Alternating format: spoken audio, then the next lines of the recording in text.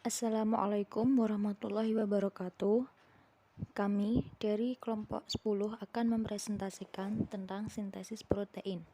Dengan saya sendiri, Roza Amelia Uswatun Hasanah, NIM 66, dan teman saya, Naili Nuri Syariro, NIM 34. Sintesis protein. Sintesis protein adalah proses pembentukan asam amino berdasarkan kode genetik yang terdapat pada DNA, yaitu berupa urutan basa nitrogen. Sintesis protein sendiri memiliki tujuan, yaitu untuk menghasilkan berbagai macam produk protein seperti enzim-enzim pencernaan, hormon, dan lain-lain. Proses sintesis protein ada beberapa tahapan, yaitu yang pertama ada transkripsi. Transkripsi adalah penyalinan kode genetik pada DNA yang menghasilkan RNA-D. Proses ini terjadi di dalam nukleus. Transkripsi melalui 3 tahapan proses, yaitu inisiasi, elongasi, dan terminasi. Sintesis protein pada sel eukariotik. Tahapan sintesis protein pada sel eukariotik sama dengan sel prokariotik, yaitu terdiri dari tahap transkripsi dan tahap translasi. Perbedaannya, pada sel eukariotik, transkripsi terjadi di inti sel dan translasi terjadi di sitoplasma. Translasi terjadi di sitoplasma, tepatnya berada di ribosom. Selain itu, dalam tahap transkripsi terdapat pemrosesan mRNA sebelum keluar ke sitoplasma. Penjelasan yang A, transkripsi merupakan tahapan pembentukan mRNA berdasarkan kode genetik ada DNA template. Yang translasi yaitu tahap penerjemahan kode genetik yang dibawa mRNA untuk menjadi suatu urutan asam amino. Translasi pada sel prokariotik juga terjadi di sitoplasma. Di sel eukariotik terdapat proses pasca transkripsi atau biasa disebut juga dengan RNA splicing.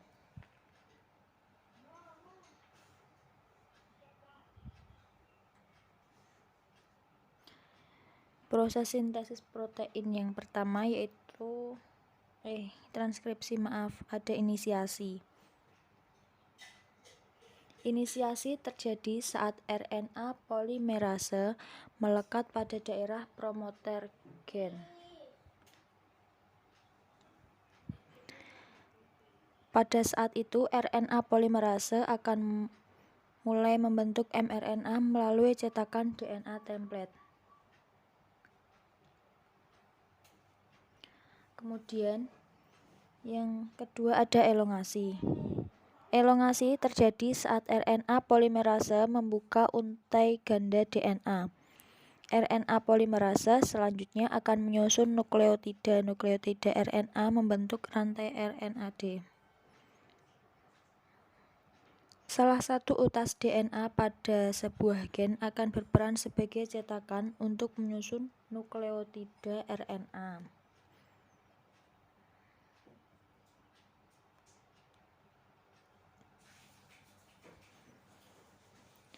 Utas ini biasa disebut utas pencetak atau template.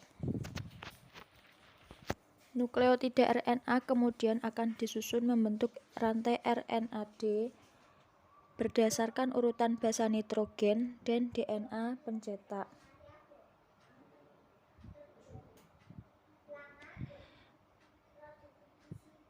Utas RNA-D yang dihasilkan nantinya memiliki urutan basa nitrogen yang merupakan komplement dari urutan basa nitrogen pada DNA pencetak. Misalkan, apabila pada DNA pencetak terdapat basa nitrogen timin, maka nukleotida RNA yang tercetak adalah basa nitrogen adenin. Basa nitrogen guanin akan mencetak sitosin. Adenin akan mencetak urasil, demikian seterusnya. Selanjutnya, proses terminasi atau pengakhiran. Proses transkripsi akan berhenti setelah sampai pada terminator, yakni urutan DNA yang berfungsi menghentikan transkripsi.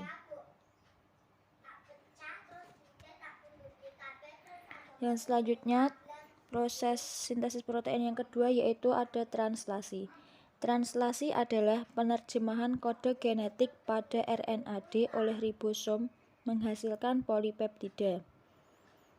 Translasi terjadi melalui 3 tahapan seperti transkripsi, yaitu inisiasi, elongasi, dan terminasi. Yang selanjutnya akan dilanjutkan oleh teman saya. Saya akan melanjutkan presentasi dari teman saya. Tahapan yang pertama yaitu tahap inisiasi atau pemulaan. Setiap 3 basa nitrogen pada RNAD akan membentuk kodon, dan setiap kodon akan mengkode suatu jenis asam amino tertentu. Pada gambar tersebut terdapat 4 kodon yang berbeda fungsinya dengan kodon yang lain. Yang pertama adalah start kodon AUG.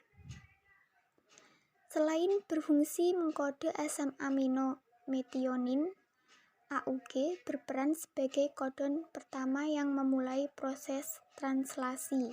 Sementara kodon UAA, UAG, dan UGA disebut sebagai stop kodon karena memicu berakhirnya proses translasi. Translasi diawali dengan ribosom subunit kecil berikatan pada RNAD di bagian start kodon yaitu AUG. Pada gambar tersebut, setiap asam amino dibawa menuju ribosom oleh RNAT yang bersifat spesifik. Setiap RNAT ini memiliki urutan 3 basa nitrogen yang bersifat komplemen dengan kodon yang mengkode asam amino yang dibawa. Asam amino akan berikatan dengan RNAT yang memiliki urutan basa nitrogen komplemen dengan kodon yang mengkodenya. Urutan basa nitrogen komplemen pada RNAT disebut antikodon.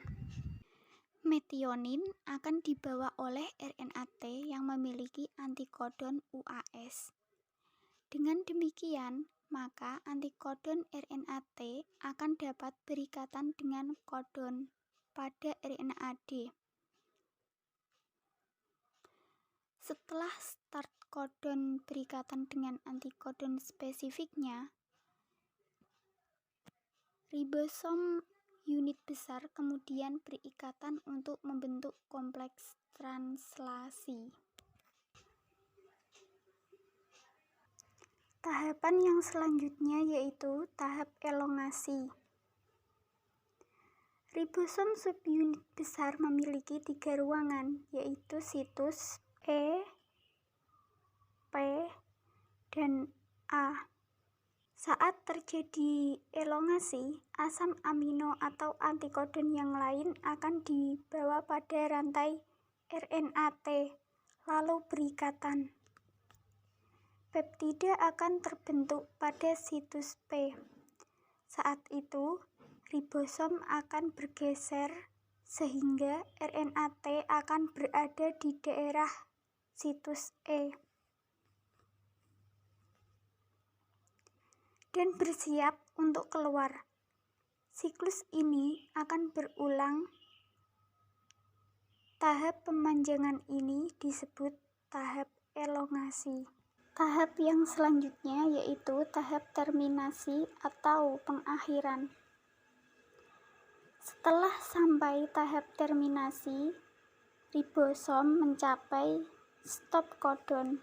Faktor pelepas akan mengisi situs A dan polipeptida akan keluar dari ribosom dan ribosom akan berpisah dan bersiap untuk proses translasi yang baru. Polipeptida inilah yang disebut dengan protein. Terima kasih dari kelompok kami. Apabila ada kesalahan kata, kami mohon maaf yang sebesar-besarnya. Assalamualaikum warahmatullahi wabarakatuh.